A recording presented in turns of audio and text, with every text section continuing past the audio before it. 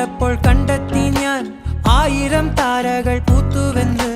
പിന്നെയും പിന്നെയും കണ്ട നേരം പുഞ്ചിരി പൂത്തുലഞ്ഞു. കാണാതെ വയ്യെന്ന തോന്നലായി